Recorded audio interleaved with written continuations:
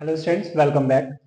चलिए स्टूडेंट्स, तो आगे बात करते हैं। तो क्वेश्चन लिखा है बेटा, if f g h are continuous function in 0, a closed and f of a minus x is equal to f x, g of a minus x, this is g of a minus x is equal to minus g x and h three h x minus four h of a minus x is equal to 5, then prove that integral 0 to a f x g x h x d x is equal to 0। मुझे इसकी value बेटा 0 prove करनी है। Okay, तो चलिए start करते हैं।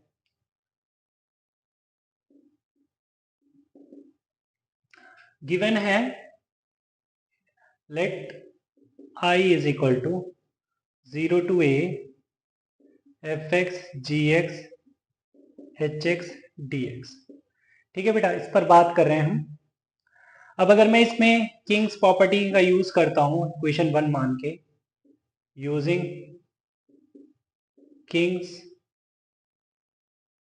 King property, that is property 4, तो ये दिखेगा i is equal to, sir अचानक से कैसे आपको ध्यान आया कि किंग प्रॉपर्टी का यूज करें? बेटा यहाँ पर देखो ना, ये जो गिवन है हमको f of a minus x, g of a minus x, h of a minus x जैसी बातें हो रही हैं, तो किंग प्रॉपर्टी का यूज करके ही ये फोटो बनेगी। तो आई आ गया 0 to a, integral 0 to a f of a minus x, g of a minus x, h of a minus x d x, right. तो बेटा f of a minus x की जगह एफ एक्स यूज करता हूं मैं, g of a minus x की minus g x and h of a minus x की जगह बेटा h of a minus x आ जाएगा 3h x minus 5/4 into D x. ठीक है बेटा, मतलब ये 1/4 बाहर कर दिया मैंने, इनफैक्ट माइनस भी बाहर आ गया। ये गया integral 0 to a f x g x और ये 3h x minus 5dx। Okay, अगर बेटा मैं अलग अलग करता हूँ, -1/4 को बाहर ले रख के, 0 to a f x g x h x d x, और इस 3 को मैंने यहाँ लिखा बाहर। ठीक है, माइनस 5 बाहर, integral 0 to a f x g x और डी एक्स। ठीक है बेटा, शायद तुम्हें समझ आ गया होगा कि भाई ये मैंने क्यों लिखा है। ठीक है, तो बेटा ये जो है आई मुझे अब दिख रहा है -3/4i, क्योंकि ये तो आई है। ओके, ये तो आई है, और ये minus minus plus 5/4 integral 0 to a f x g x d x. Okay, ये क्लियर है? अब ये बेटा अगर मैं इसे ट्रांसपोज कर दूं तो ये दिखेगा तुम्हें 7i/4 is equal to 5/4 integral 0 to a f x g x और डी एक्स से, दिस इज इक्वेशन 2।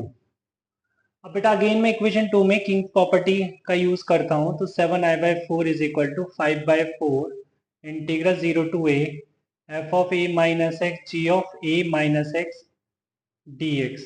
ठीक है, अब बेटा f of a minus x तो मुझे एफ एक्स ही दिख रहा है, and g of a minus x बेटा मुझे माइनस जी एक्स दिख रहा है। ठीक है, तो minus g x d x, इस माइनस को बाहर कर दो तो -5/4 integral 0 to a f x g x d x. बेटा क्या लगता है तुम्हें ये वाली चीज 5/4 integral 0 to a f x g x d x, ये क्या मैं यहाँ पर 7i/4 रख सकता हूँ क्या? मतलब 7i/4 is equal to -7i/4 from 2। ये बात मैंने क्यों बोली है? 2 को देखते हुए बोली है। ठीक है, तो बेटा ये तो आ जाएगा 14i bye 4 is equal to 0, मतलब i इज इक्वल टू 0।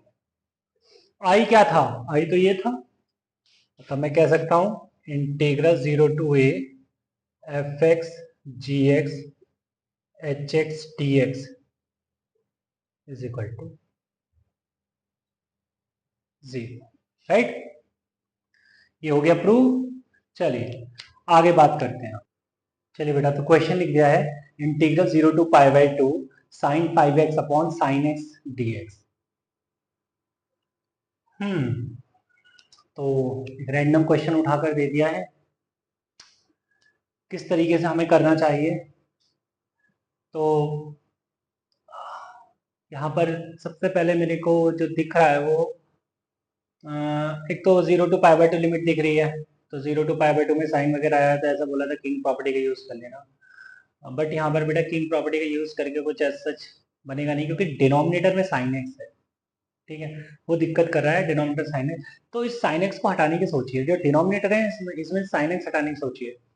तो अगेन मैं बोलूंगा कि प्रैक्टिस प्रैक्टिस जब करते हैं तो चीजें बनने लग जाती हैं, ठीक है। ख्वाब नहीं आते हैं बेटा, ख्वाब कभी नहीं आते हैं, ख्वाब प्रैक्टिस के बाद ही आते हैं। तो साइन 5x तो ठीक है, एज इट इज लिखा हुआ है। मैंने यहाँ पर लिखा माइनस का साइन 3x। सर क्यों लिखा?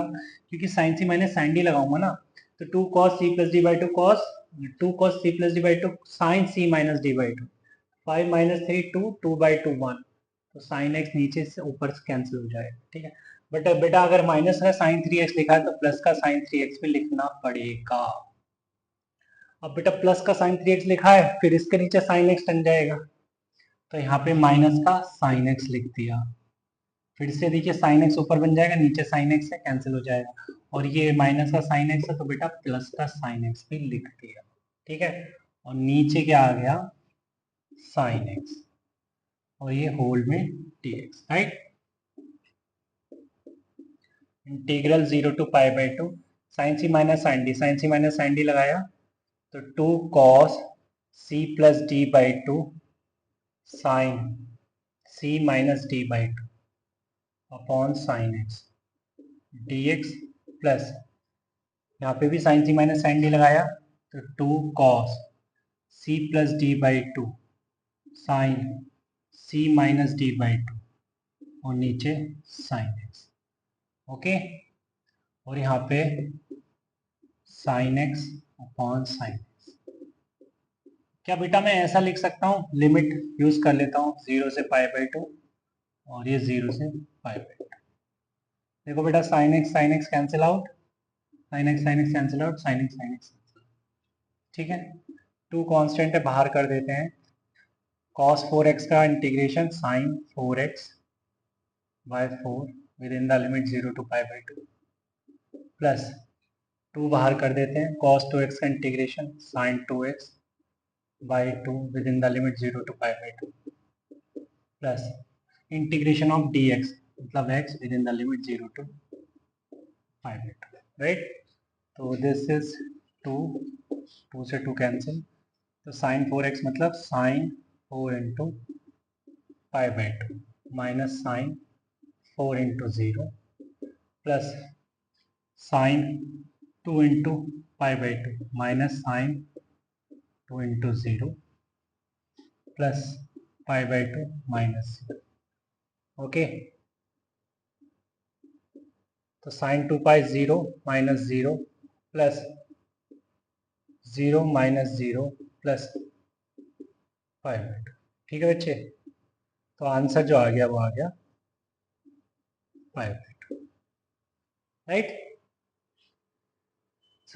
ठीक है, आगे चलते हैं। देखिए बेटा इस क्वेश्चन में मैंने चेंज किया है, थोड़ा चेंज ये किया है कि 5 की जगह मैंने 4 कर दिया अगर, तो आप कैसे चीज़ों को मैनिपुलेट करोगे?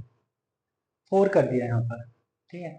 अब साइन हटाना तो आज भी है, तो क्या करना चाहिए? डिफरेंस कुछ ऐसा बने ऊपर कि ऊपर साइन एक्स क्रिएट हो जाए, ठीक है। तो अगर मैं यहाँ पर साइन 2x माइनस प्लस करता हूँ, तो अगर बेटा मैं यहाँ पे, क्योंकि वहां पे भी यहाँ पे साइन 3x प्लस माइनस किया था क्योंकि वहां पे साइन 5x था, यहाँ पे साइन 4x है, तो यहाँ पे साइन 2x माइनस और साइन 2x प्लस। ओके, और नीचे बेटा साइन x। और कुछ मुझे करने की जरूरत नहीं है, ठीक है, क्योंकि साइन 2x में नीचे साइन x जाएगा तो साइन 2x तो लिखा जा सकता है 2 साइन x कॉस है, साइन x तो वहां से चला जाएगा, ठीक है। तो इसको हमने इस तरीके से लिख दिया 0 to 5/2 sine 4x minus sine 2x upon sine x whole dx plus integral 0 to 5/2 sine 2x upon sine x dx। Okay, तो integral 0 to 5/2 sine c minus sine d 2 cos c plus d by 2 sine c minus d by 2 upon sine x dx plus integral 0 to 5/2 2 sine x cos x upon sine x dx। Sine x cancel out हो गया, यहाँ पे बेटा sign cancel out हो गया, 2 बाहर कर दिया, cos का हो गया साइन, तो sine 3x/3 within the limit 0 to 5/2 plus 2 बाहर कर दिया, cos का integration sine within the limit 0 to 5/2। Okay, so this is 2/3 sine 3π/2 minus ये तो 0 हो जाएगा, प्लस का 2 sine π/2 minus 0। Okay, so this is 2/3 to -1 plus 2 into 1, ठीक है। सो माइनस का 2/3 प्लस का 2, 3 2 6, 6 minus 2 4, तो बेटा आ गया answer is 4/3। Okay, so answer is 4/3। चलिए आगे चलते हैं। नेक्स्ट क्वेश्चन बेटा integral 0 to 1 ln x dx। Okay, तो जैसा हम जानते हैं इंटीग्रेशन ln x का क्या होता है, x ln x minus x। Okay, within the limit 0 to 1। भाई इसमें हम बाय पार्ट्स यूज करते हैं ना, भूल गए क्या बेटा? फर्स्ट फंक्शन हम ln को मानेंगे, सेकंड फंक्शन हम 1 को मानेंगे, राइट। उसके बाद इसमें हम बाय पार्ट्स यूज करेंगे, तो ln x mine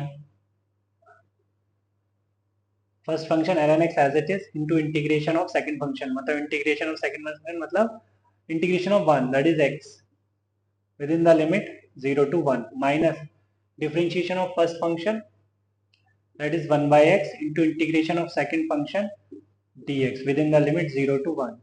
x x cancel बेटा, हो गया x ln x within the limit 0 to 1 minus 1 का integration x within the limit 0 to 1, ठीक है।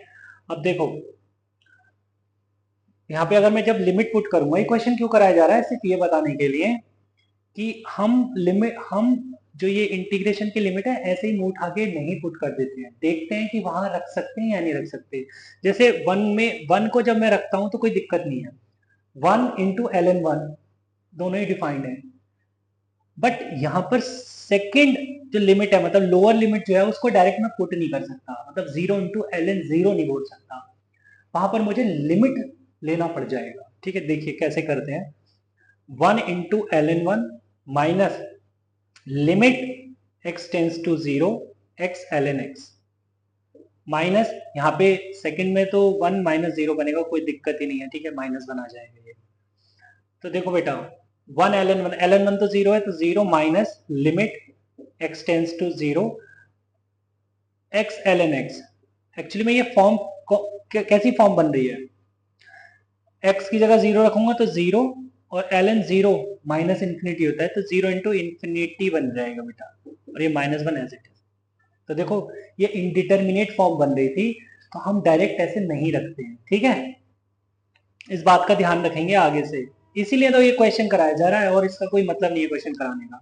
तो यहाँ पर बेटा हम प्रॉपर लिमिट फाइंड करेंगे, तो माइनस देखेंगे, एक 0 इंटू इन्फिनिटी है, एक पार्टी नीचे जाएगी, ठीक है, तो लॉग को नहीं भेजेंगे किसको, एक्स को तो ये 1/x हो जाएगा। अब ये इन्फिनिटी बाय इन्फिनिटी फॉर्म दिख रही होगी, -1 एज इट इज। ठीक है, तो LH रूल यूज करेंगे। तो LH रूल क्या है बेटा, वो ऊपर और नीचे जो फंक्शन है उनको डिफरेंशिएट कर दो। तो this is 1/x and -1/x², -1, ये x से x कैंसिल और ये फिर फाइनली ऊपर जाएगा, तो ये माइनस माइनस प्लस हो जाएगा। तो क्या दिखेगा तुम्हें, limit x tends to 0 to x -1। अब लिमिट रखूंगा मैं x की 0 रखूंगा, तो ये 0 -1 मतलब -1। ठीक है, इस तरीके से इसका आंसर देंगे। चलिए एक क्वेश्चन और करते हैं कुछ इसी तरीके का। चलिए बेटा, तो नेक्स्ट क्वेश्चन पर बात करते हैं। Question is integral 0 to π/2 theta upon sine theta whole square d theta. इस पर बात करनी है मुझको। ठीक है, तो पहले तो मैंने थोड़ा फोटो को संवार लिया। फोटो को कैसे संवारा, मतलब integral 0 to π/2 theta square cosec square theta d theta लिख दिया। क्यों, क्योंकि कॉसेक स्क्वायर थीटा का मुझे इंटीग्रेशन पता है, माइनस कॉट थीटा होता है। ठीक है, तो this is second function, this is first function, जैसा कि मानना भी चाहिए आईलिट रूल के हिसाब से। तो यहाँ पे बेटा अगर मैं लगाता हूँ rule, so this is theta square into minus का cot theta minus integral 2 theta minus का cot theta, okay, d theta. क्या मैंने ठीक लिख दिया बच्चे? Very good. तो माइनस माइनस हो जाएगा प्लस, 2 को कर दो बाहर, तो थीटा स्क्वायर माइनस का थीटा स्क्वायर कॉट थीटा। अच्छा, लिमिट चल रही है बेटा 0 से π/2, 0 से π/2, okay, minus minus plus 2 integral 0 to π/2 theta cot theta d theta, right. तो फिर से इसमें यूज करें, तो बेटा ये अगेन मैं फर्स्ट फंक्शन, ये सेकंड फंक्शन और दिस इज फर्स्ट फंक्शन, तो ये हो जाएगा, यहाँ पे लिमिट सब्स्टिट्यूट कर दें क्या, -π/2 होल स्क्वायर कॉट π/2। ठीक है, एंड माइनस का थीटा स्क्वायर, तो माइनस का 0 कॉट 0 डिफाइन नहीं होता है, तो हम किसको ऐसे लिखेंगे, limit theta tends to 0 theta square. अच्छा, ये माइनस था तो यहाँ पे माइनस माइनस प्लस हो गया, theta square cot theta, right बच्चे। इसको इस तरीके से लिखेंगे, प्लस 2, यहाँ पे हम इंटीग्रेशन कर देते हैं first function as it is into integration of second function cot theta का integration log sine theta, log sine theta, right, -1 into log sine theta d theta, okay, within the limit 0 to π/2 बच्चे। Okay, यहाँ पर भी 0 to π/2, कोई दिक्कत ही नहीं है। ठीक है, तो इसको मैं लिखता हूँ थीटा अपॉन टेन थीटा, तो ये तो बन जाएगा। अच्छा, फिलहाल ये क्या हो गया बेटा, कॉट π/2 तो 0 होता है, तो ये तो 0 हो गया, और इसको लिखूंगा मैं limit theta tends to 0 theta into theta upon tan theta. ठीक है, प्लस 2, यहाँ पे भी लिमिट पुट कर देते हैं, सो थीटा लॉग, मतलब ये π/2 into log sine π/2 minus 0 into log sine 0। तुम्हें पता है साइन 0 0 होता है, तो मैं यहाँ पर भी डायरेक्ट नहीं पुट कर सकता, यहाँ पे मुझे क्या लेना पड़ेगा, limit theta tends to 0 theta log sine theta, okay, और बेटा माइनस का ये हो गया integral 0 to π/2 log sine theta d theta, right. अब देखिए theta upon tan theta, theta tends to 0, ये तो 1 होता है, बट ये क्योंकि 0 है तो 0 इंटू 1 ये 0 बन जाएगा, प्लस 2 के अंदर मल्टीप्लाई होगी तो ये दिखेगा पाई साइन π/2, साइन π/2 1 है तो log 1 0, तो इनफैक्ट ये भी मुझे 0 ही दिखेगा। ठीक है, फिर माइनस का 2 log limit theta tends to 0 theta into log sine theta. बेटा ये कैसी फॉर्म है, ये फॉर्म है बेटा 0 इंटू इंफिनिटी, 0 इंटू इंफिनिटी। ठीक है, अब बेटा माइनस, ओके, और 2 अंदर गया, 0 to pi by 2 log sin theta d theta, मुझे पता है 0 to pi by 2 log sin x dx होता क्या है, माइनस पाई बाय 2 ln 2, याद आ गया क्या, माइनस पाई बाय 2 ln 2, इसका भी हो जाना है।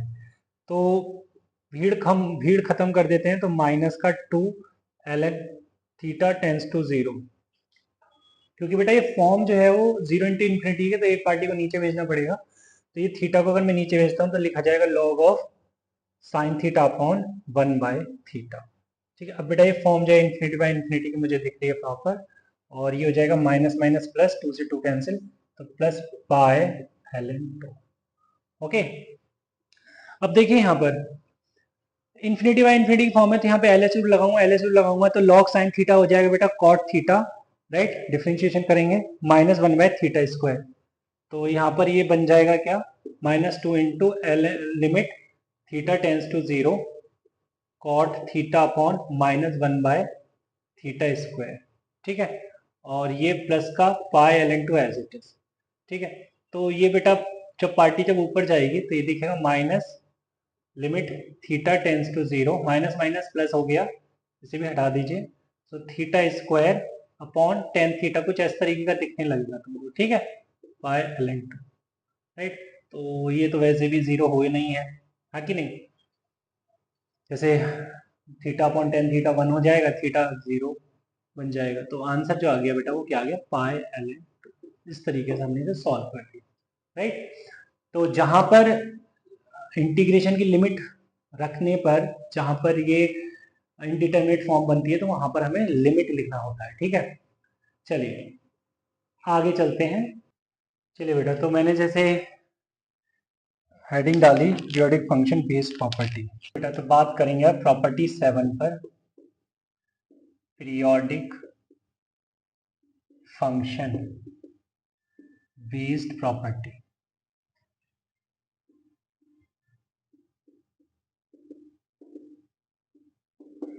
जिसमें इसमें फर्स्ट पॉइंट ये लिखेंगे कि if f of x plus t is equal to fx, then t is called period of the function, period of the function। Okay, ये बात शायद हमें फंक्शन से पता है, where t is least but positive, है ना, इतनी बात हमें पहले से पता है।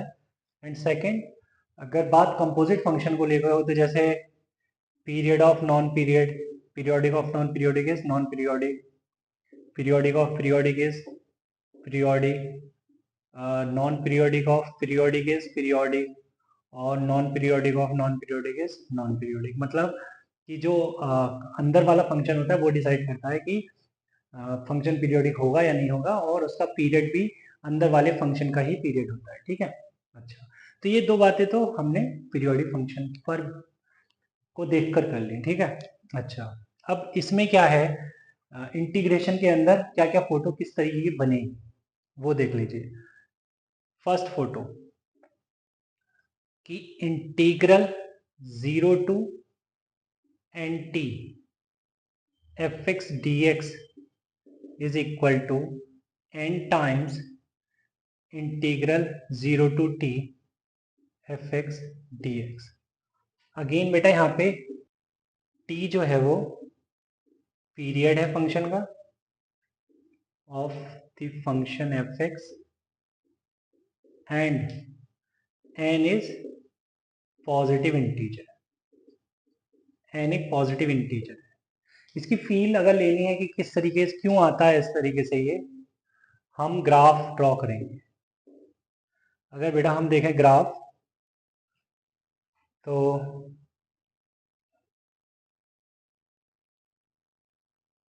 इस तरीके से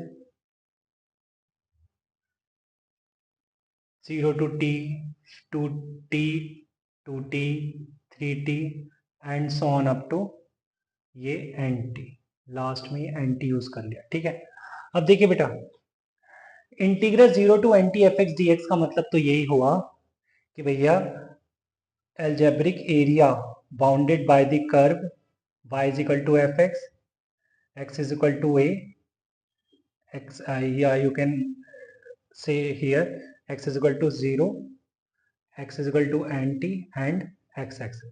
तो इन सभी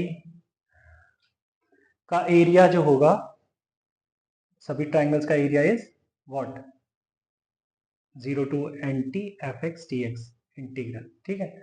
अब अगर मैं बोलूं कि अगर मैं 0 से t के बीच का एरिया निकालूं और उनको n से मल्टीप्लाई कर दूं, उस एरिया को n से मल्टीप्लाई कर दूं, तो वही चीज निकल कर आएगी नहीं आएगी, है कि नहीं.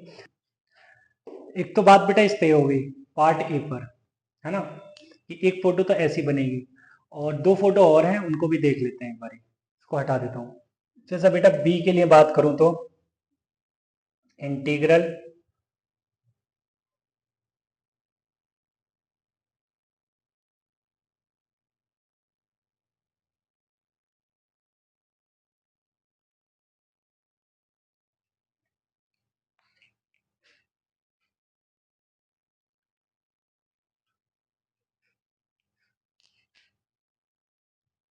ए to a plus t f x d x is integral 0 to T f x t x. जैसे इस बात को समझिए कि अगेन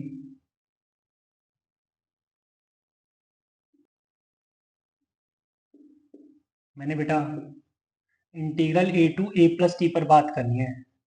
तो अगर सपोज करो x is equal to a से ये t है और यहाँ पे ये x is equal to a plus t पहुँच गए हम. ठीक है. तो हम जो बात कर रहे हैं वो इस एरिया को लेकर कर रहे हैं. ठीक है. तो तुम्हें नहीं लगता कि ये जो पोर्शन है t से a प्लस टी तक का, उसको अगर मैं यहाँ शिफ्ट कर दूँ 0 से x इज इक्वल टू ए के बीच में, तो बिल्कुल ये सेट हो जाएगा.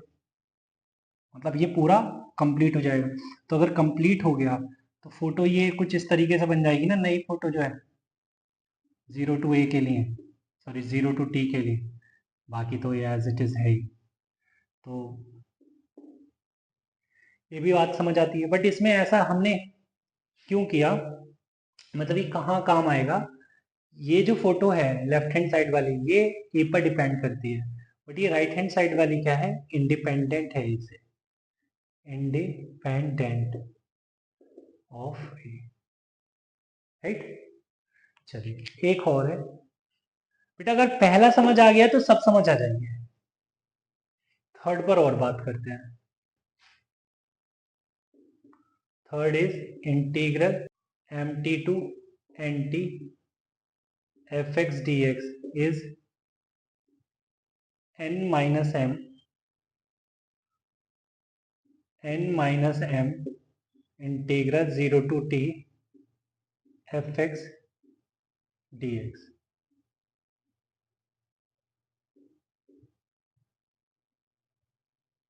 कुछ इस तरीके से है ये. कुछ बेटा ये मान लीजिए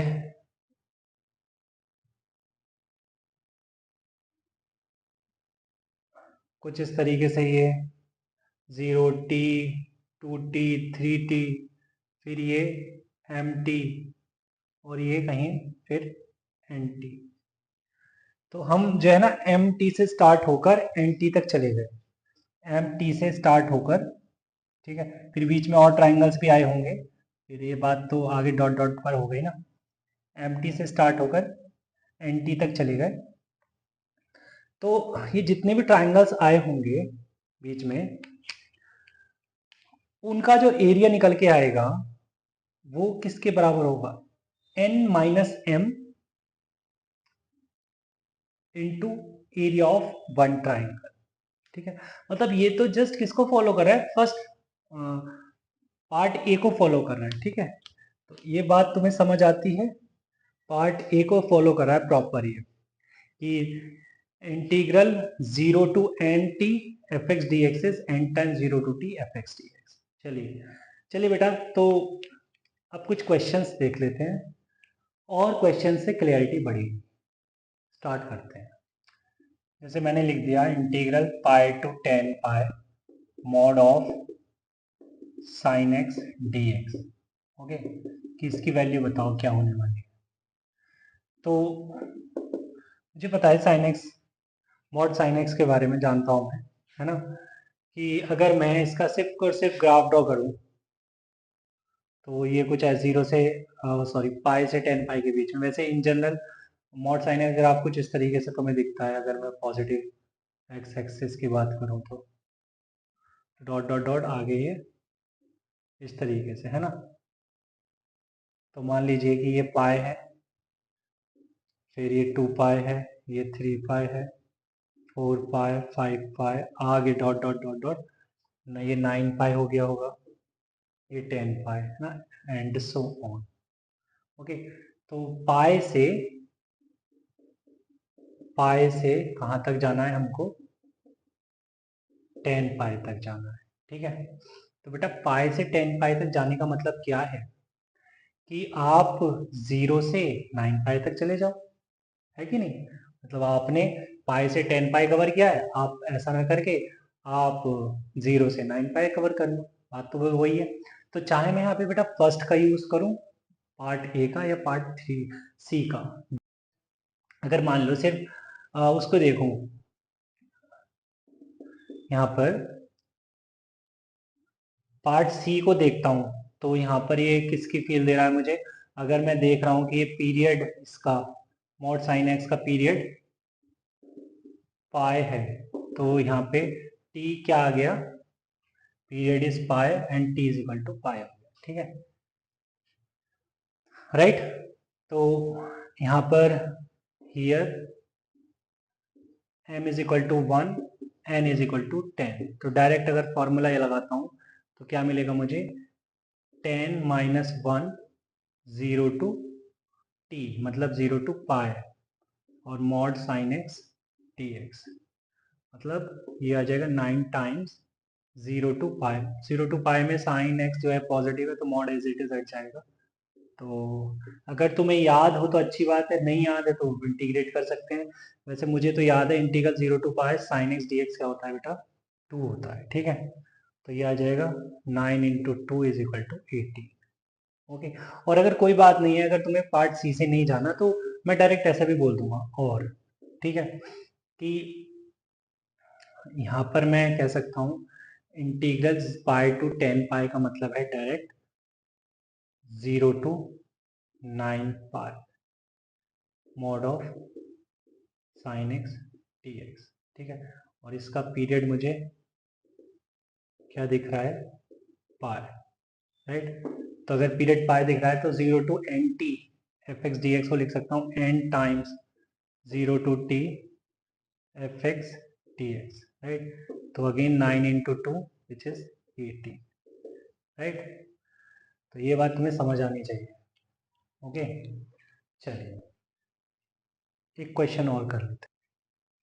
जैसे बेटा मैंने क्वेश्चन लिख दिया integral 0 to 16 pi by 3 mod of sine x d x.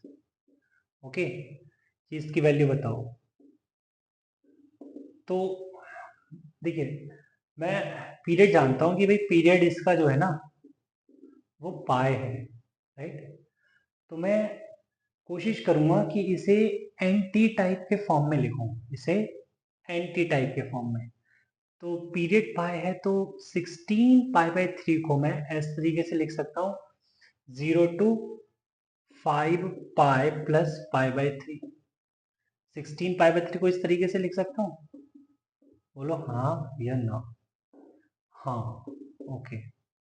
अब देखिए बेटा, इसको मैं इस तरीके से लिख दूंगा कि भाई ये कुछ ऐसा हुआ ना कि ये